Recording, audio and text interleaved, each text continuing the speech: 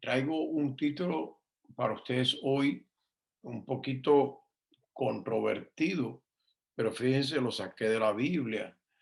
Esperanza contra esperanza. Nos gusta mucho la palabra esperanza porque somos adventistas, ¿verdad? Y los que esperamos, algunos tienen un refrán que dice, el que espera, desespera. Pero nosotros los adventistas no nos desesperamos, ni nos desesperanzamos. ¿Qué cosa es una esperanza? Es algo que todavía está en futuro. Es algo que esperamos con cariño. Es algo que a lo mejor está presente, pero todavía no lo vemos, ¿no?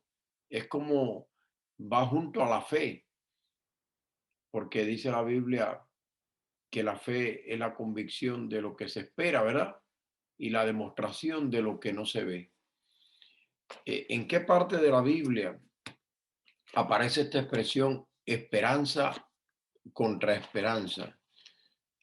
No sé si se les hace familiar, pero si buscamos en el libro a los Romanos, en el capítulo 4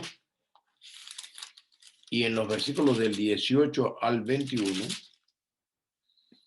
allí la encontramos y dice, hablando de Abraham, el llamado padre de la fe, él creyó en esperanza contra esperanza. ¿Por qué dice esperanza contra esperanza? Porque aquí se ve claramente que había dos esperanzas. Cuando nosotros lo vemos en griego, dice para el pida, el pidi. Es como que dice que una esperanza se oponía a otra esperanza, porque dice más allá de la esperanza humana. Había una esperanza divina. Entonces yo le puse el título, tal y como está en la Biblia, esperanza contra esperanza. ¿Cuál es la primera? La primera esperanza es la esperanza en Dios, contra la esperanza humana, que muchas veces ya no hay una lógica humana para esperar nada. Anoche decíamos, cuando todo parece perdido. Ahora decimos, cuando humanamente ya no se ven señales de nada. Cuando una persona realmente no tiene trabajo y todavía tiene que pagar los biles. Cuando una persona está enferma y le parece que realmente va a morir.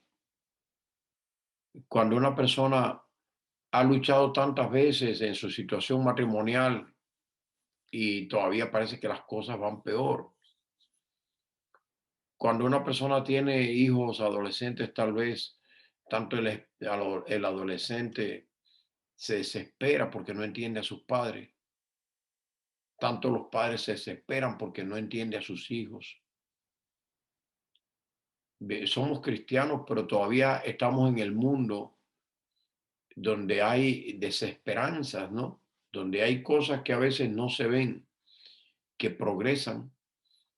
Estamos en la iglesia y si miramos a los hermanos, empezamos a ver sus defectos. Casi siempre que oigo el título Iglesia del Amor me asusto, porque yo digo, ay, ahora con ese título Iglesia del Amor, cuando empiece a ver las faltas en unos y en otros, vamos a ver qué hace esta persona.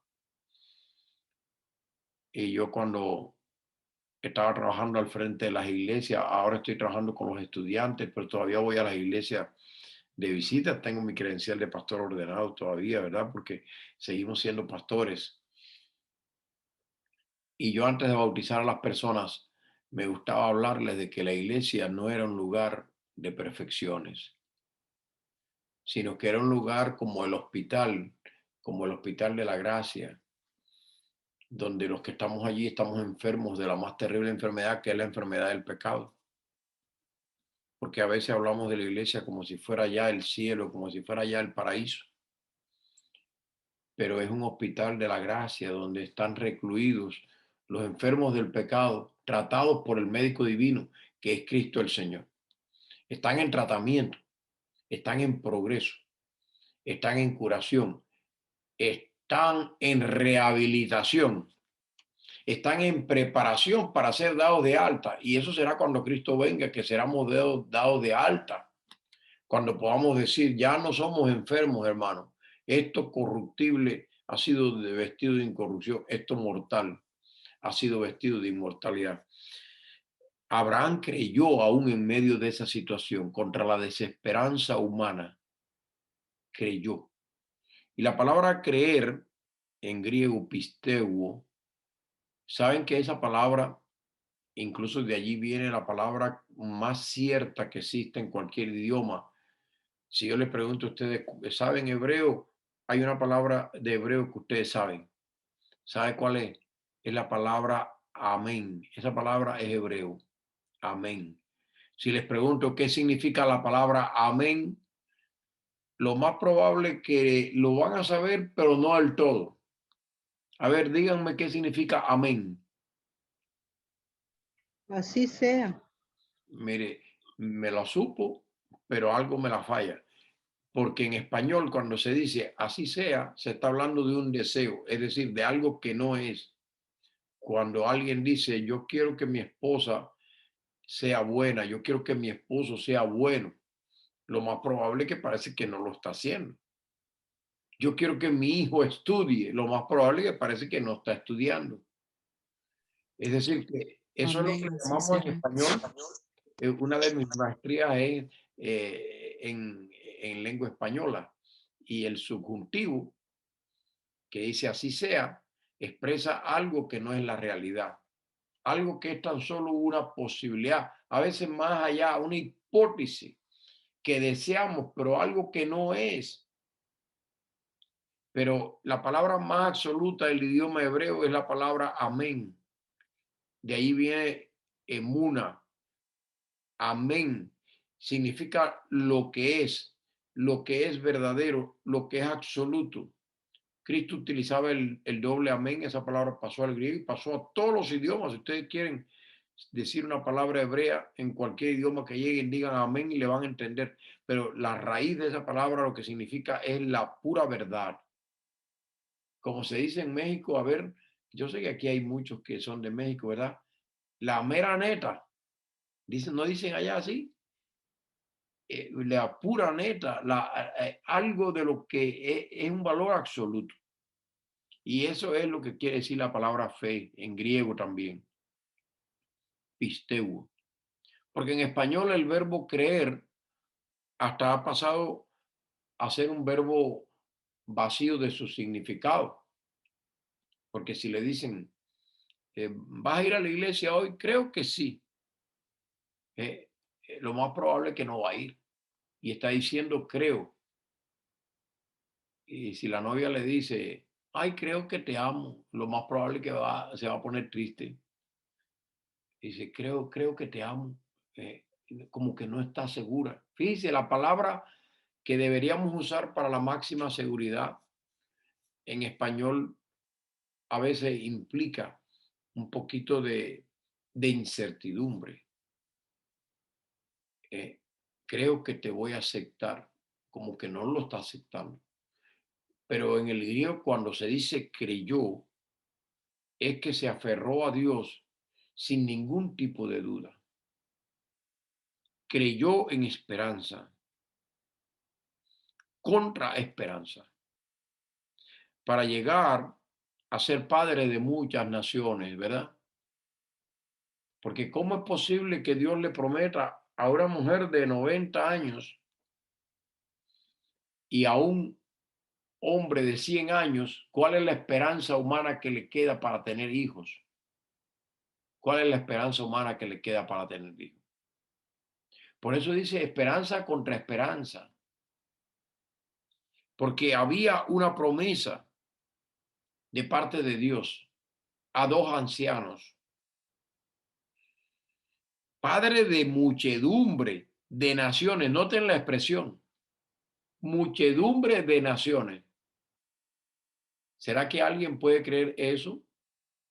La promesa o pacto que Dios le dio a Abraham declaró que Abraham sería el padre de muchas naciones y que el mundo entero sería bendecido por él. Esta promesa se cumplió. Realmente la promesa se cumple plenamente en Jesucristo. Porque de ese hijo de la promesa, Isaac pasó a ser un símbolo de Jesucristo. Jesús era de la línea de Abraham. Así comienza Mateo, el Nuevo Testamento, Jesucristo, hijo de David, hijo de Abraham. Porque es la promesa a Abraham, de en ti serán benditas todas las naciones. Pero no fue hecha a un hombre joven y una mujer joven. Creyó en esperanza, contra toda esperanza, contra toda posibilidad humana. Abraham había fracasado desde el punto de vista humano y Sara en tener hijos. Tantas veces habían tal vez intentado y soñado con un hijo y no lo habían podido tener. Y pensaron morir sin descendencia. Pero Dios le hizo esta promesa.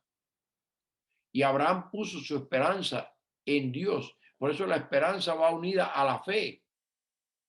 Porque dice creyó y eso es fe, pero es fe en acción. Porque muchas veces tomamos la fe como un concepto, pero es una acción. Porque dice el versículo 19 aquí, y su fe no se debilitó al considerar su cuerpo que estaba ya como muerto.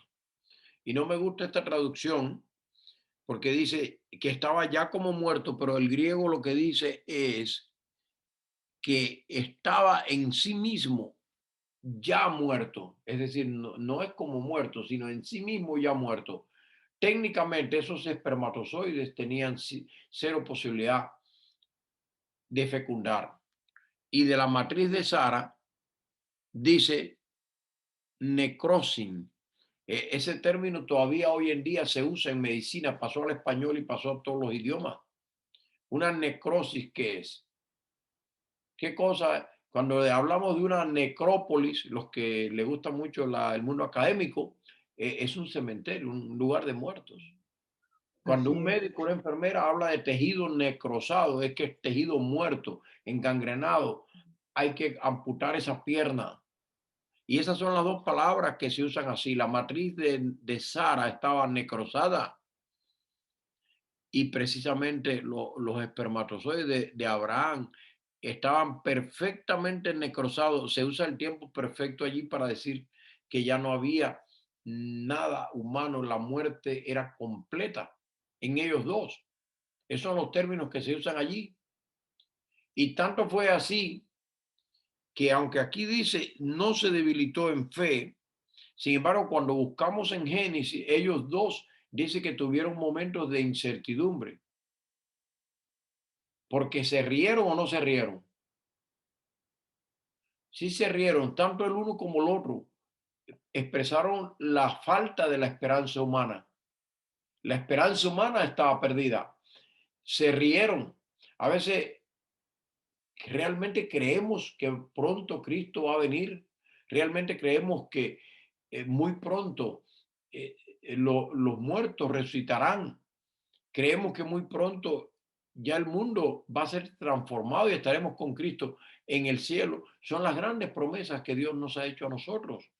Y algunos de nosotros ya vemos nuestro cuerpo avanzado en años y decimos esperanza contra esperanza. Abraham llegó a reírse en la presencia de Dios, se sonrió, y Sara también se rió y hasta lo negaron. Pero Dios no los contó en contra porque dice que la fe es algo que Dios imputa, que Dios acredita aún a las personas que no tienen el mejor récord. Eso es lo lindo de la fe, que es algo que es un don que Dios da. Es algo que Dios te cuenta, porque dice, Abraham creyó a Dios y le fue contado por justicia. Es decir, el hecho de que su fe no se debilitó es la manera como Dios lo vio, porque él se siguió aferrando a pesar de su vulnerabilidad humana, a pesar de su altas y bajas, a pesar de su sonrisa y de la risa de su esposa ante la misma presencia de Dios, porque expresaba la desesperanza humana, pero ellos todavía se aferraron a Dios, todavía pusieron a Dios en primer lugar. Y por eso dice que Dios se lo acreditó en justicia. Acreditó es que se lo contó. Es como que te dieron un dinero en el banco en tarjeta de crédito. Realmente no lo tienes, pero sí lo tienes. Porque tú agarras una tarjeta de crédito de $3,000. Uy, dice, me voy a Israel a visitar Jerusalén y todos estos lugares. Con $3,000 voy. Lo tengo aquí en mi tarjeta de crédito. Eso es lo que Dios hace con nosotros para declararnos justos por fe. A un hombre de 100 años habrá de nacerle un hijo, dijo Abraham, y Sara ya de 90 años habrá de concebir. Esa es la parte humana. Expresa duda, es esperanza contra esperanza. La fe no refuta las promesas de Dios, pero enfrenta una realidad donde no se ve lo que se está esperando. Aun cuando ya no se veía humanamente esa posibilidad, la fe miró más allá de la condición humana, más allá de los problemas y los conflictos, miró a Dios. Y esa fe precisamente fue la que produjo la esperanza, porque la esperanza es un fruto de la fe y la fe es un fruto de la confianza en Dios, de la relación con Dios, que obra por amor. Por eso Pablo las pone juntas en 1 Corintios 13, fe y esperanza y amor, porque la fe también obra por amor. Es un amor a Dios, es un amor a la palabra de Dios, es un amor a las promesas de Dios. Dios no puede faltar a sus promesas. Por eso tanto la fe como el amor son frutos del Santo Espíritu de Dios. Y diríamos que la esperanza también. Por eso podemos pedirle a Dios que nos dé esa esperanza celestial. Precisamente se fortaleció en fe. Es con el ejercicio como desaparecen las dudas. Tampoco dudó por incredulidad. Noten ustedes que dudó por un momento, pero él no permaneció en la duda. Por eso dice tampoco dudó, porque él no permaneció en la duda. Él fue el padre de la fe. Él no fue un incrédulo, aunque por un momento tuvo alguna duda. Pero dice que no dudó de la promesa de Dios, sino que se fortaleció en fe, dando gloria a Dios. Es con el ejercicio como la fe aumenta. Por eso estos ejercicios de entrar aquí en la línea de oración son ejercicios espirituales. Hoy todos quieren ir a un gimnasio para estar bien físicamente. ¿Cuánta gente va a los gimnasios? A esta misma hora se levantan para ir a un gimnasio. Vas igual al YMCA ahora y lo encuentras lleno de gente. Pero vas a la línea de oración y hay algunos hermanos que dicen muy temprano. Pero hay algunas personas que para ir al gimnasio, para ir al trabajo, allí van temprano. No importa lo temprano que haya que levantarse. Pero estos ejercicios espirituales son los que nos mantienen en forma, hermano. Para que nuestra fe crezca, para que nazca y renazca, para que madure también. Si ya nació, que entonces que madure la esperanza. Abraham tuvo fe para creer que Dios haría lo que prometió. Por eso fue honrado con ese título maravilloso de Padre de la Fe y Padre de todos los creyentes. Por lo tanto, nosotros somos los hijos de la fe.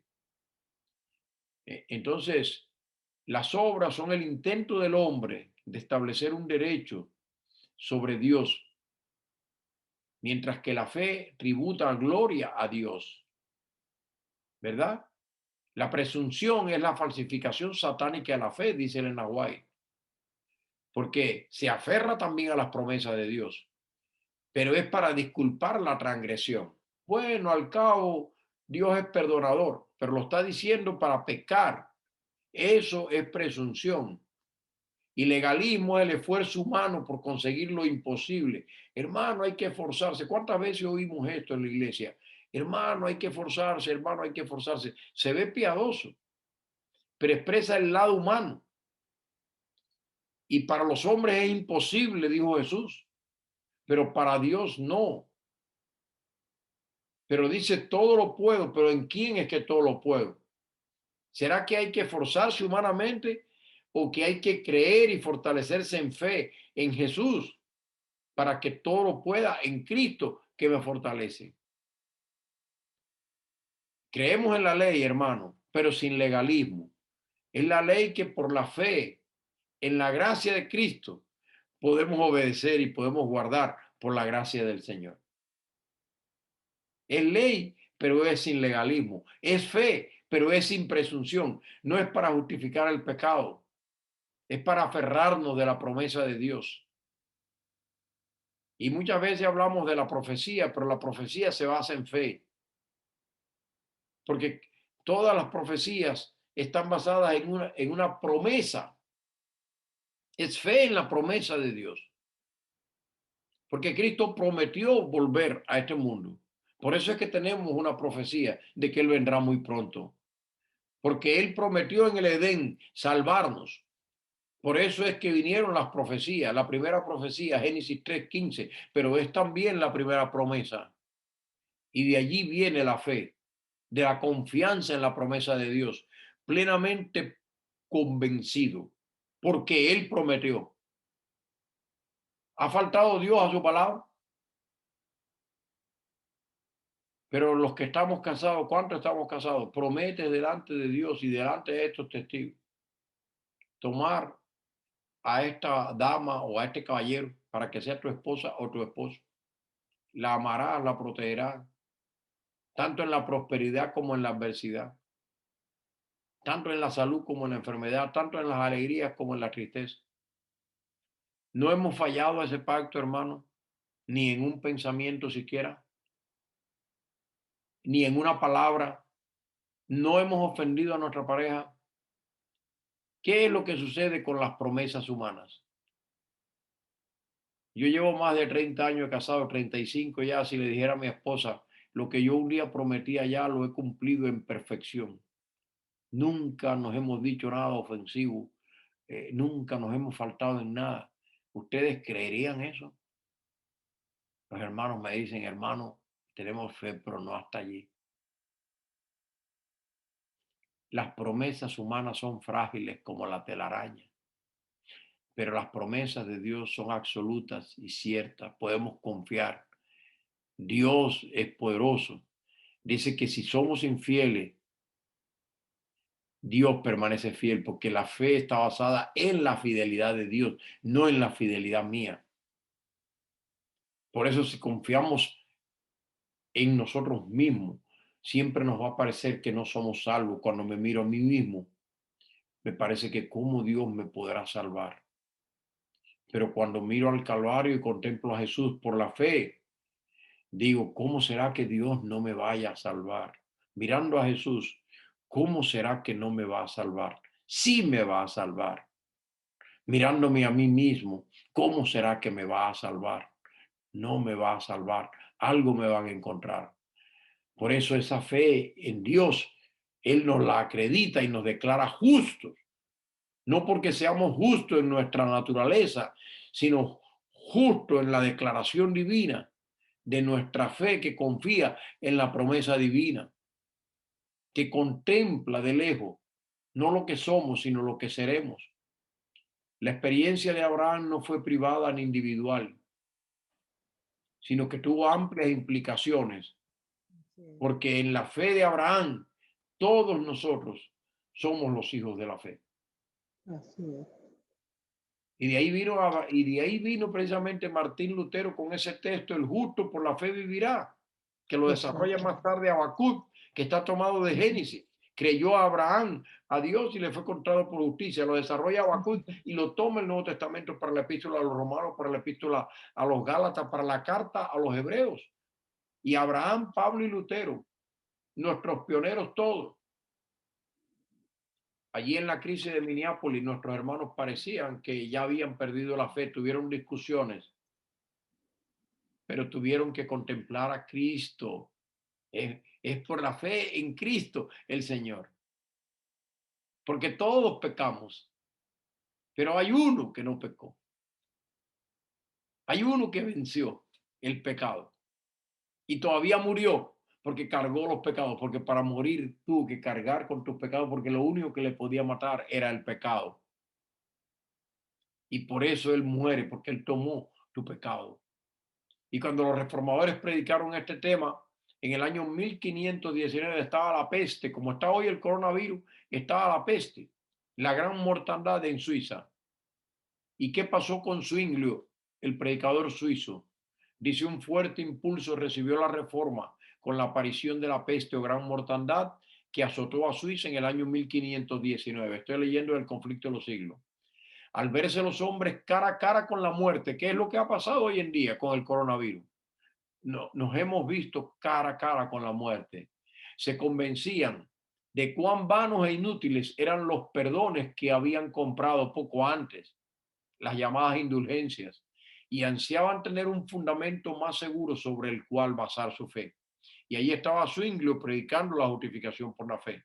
Pero ¿qué pasó con Zwinglio? Se contagió de la peste. Zwinglio. También nosotros nos podemos enfermar del coronavirus.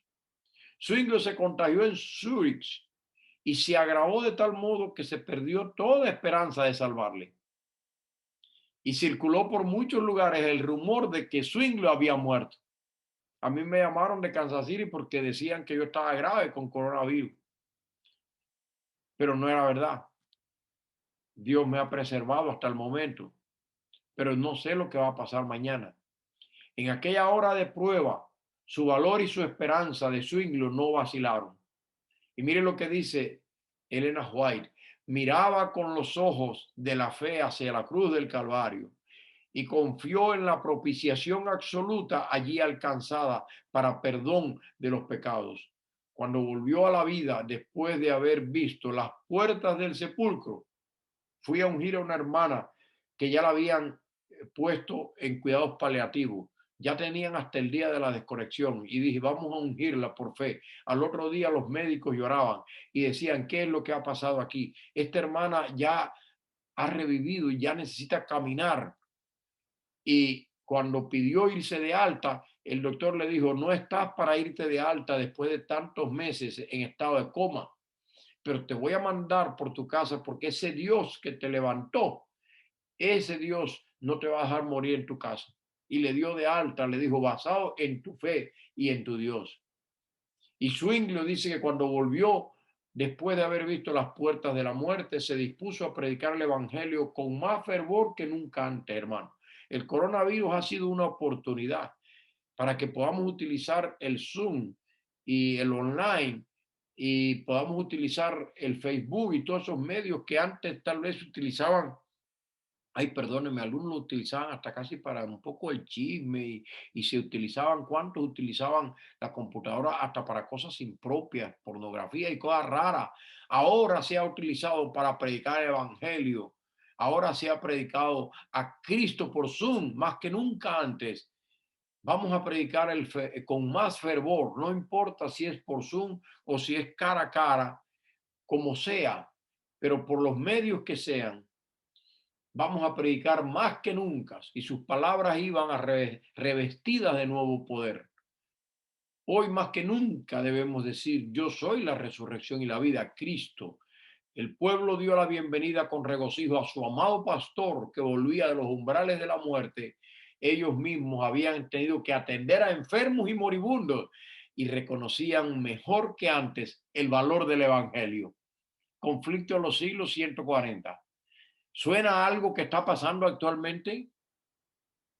Porque la palabra plagué se refiere a las plagas, pero esto todavía no es una plaga, esto es un loimos de los que habló Lucas, que era médico, y Lucas dijo que habría pestilencias, que habría loimos, pero dice que todavía no es el fin, pero dice, levantad vuestras cabezas, ahí está el pis, ahí está la esperanza, en griego es el pis, lo que se espera. Cuando veáis estas cosas, levantad vuestras cabezas, porque vuestra redención se acerca. Es esperanza contra esperanza. Cuando se ve muerte en derredor, cuando se ve pérdida de trabajo, cuando se ve desempleo, allí viene la fe para crecer en fe, en esperanza contra esperanza, en aquel que prometió su pan y sus aguas serán ciertos.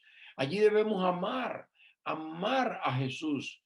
Es el amor de Dios el que nos salva, no es el amor nuestro. El amor nuestro brota de la conexión con el amor de Dios, con el amor de Cristo. Él nunca dejó de amarnos, aún en nuestros pecados, aún cuando nos hemos alejado, aún cuando hemos faltado a nuestras mejores promesas. Por eso cuando le dijeron, sacrifica a tu hijo en holocausto, él lo fue a sacrificar porque él dijo, el Dios que lo resucitó, que resucitó mi espermatozoide y la matriz de Sara, va a resucitar a mi hijo cuando yo lo sacrifique. Y vamos a volver. Por eso le dijeron a los siervos, esperad aquí y yo y el muchacho iremos al monte y volveremos a vosotros, porque estaba confiado en la resurrección, hermano. Estaba confiado en la promesa de Dios.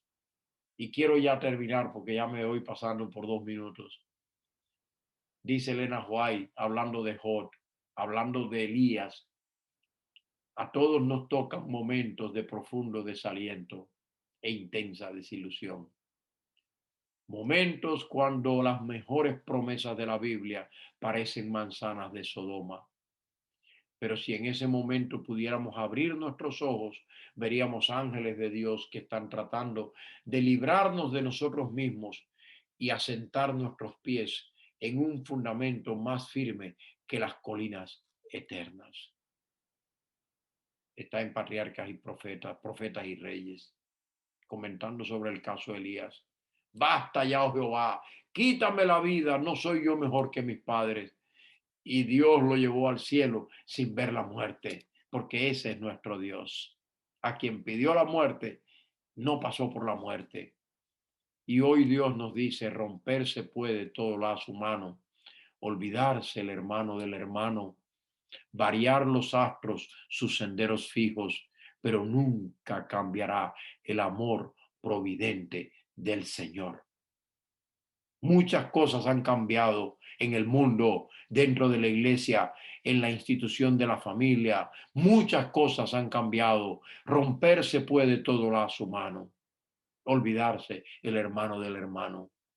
Variar los astros, su sendero fijo. Puede haber hasta lluvias de estrellas fugaces, pero nunca cambiará el amor providente del Señor. Por eso Abraham dijo, Dios proveerá, en el monte de Jehová será provisto, porque allí en el Calvario, cerca del monte Moria, allí en el Calvario, Dios proveyó al verdadero Cordero que resolvió todos nuestros problemas.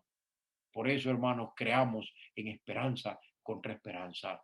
Que Dios nos bendiga y feliz sábado. Amén. Que Dios les bendiga, mis queridos hermanos. Creo que podemos orar, ¿verdad? Pastor, nos dirige en oración. Vamos a orar. Padre querido, Padre bueno, Padre de misericordia, lo más grande, tú eres el más grande, Señor. Y es de ti que procede la fe, porque es un don tuyo, Señor. Aumentanos la fe. Un día los discípulos pidieron, aumentanos la fe, para que esa fe genere la esperanza en medio de la desesperanza, en medio de la confusión reinante, en medio de la incertidumbre, en medio de la mortandad, Señor. Que podamos ver a ese Dios maravilloso que dice, caerán a tu lado 1000 y 10,000 a tu diestra, mas a ti no llegará. Y si nos llega, entonces que podamos decir con esa fe, yo soy la resurrección y la vida, porque eres tú quien hablas, el único que pudiste decir eso. Y el que cree en mí, aunque esté muerto, vivirá. Amén. Ayúdanos, oh Dios, a aferrarnos a la certeza de la promesa, para que sea cierta la esperanza contra toda esperanza humana. Cuando todo se desvanece, que nuestra fe pueda crecer, que pueda aumentar, que podamos tener cada día más fe en medio de la debilidad, que podamos tener la fortaleza de la fe, en medio de la frialdad, que podamos tener el calor del amor, que podamos sacar calor de la frialdad de los demás. Amén. Que en esta mañana de sábado, de día santo, que seamos también tu pueblo santo, Señor. Amén. Porque el sábado es santo y el pueblo es santo, porque tú eres santo, porque solo tú eres santo, porque toda santidad viene de ti. Y tú prometiste, Señor, y esa es nuestra esperanza, tu promesa, tu garantía, tu infalibilidad, Señor, tu gran amor que no varía. Ayúdanos, oh Dios, para descansar plenamente en ti y que de esa manera podamos, nuestras vidas puedan dar esos frutos de amor, esos frutos de fe. En tus manos nos ponemos, oh Señor, con nuestros problemas, con nuestras debilidades, con nuestras desesperanzas humanas, con nuestras frustraciones humanas, para que todo esto se revitalice frente a la esperanza en ti y en tu promesa. Abraham fue el padre de la fe. Hoy somos nosotros los hijos de la fe. Porque tú eres el Dios de la promesa y nosotros somos los hijos de la promesa. Quédate, Señor, en cada corazón. Por Cristo lo pedimos. Amén.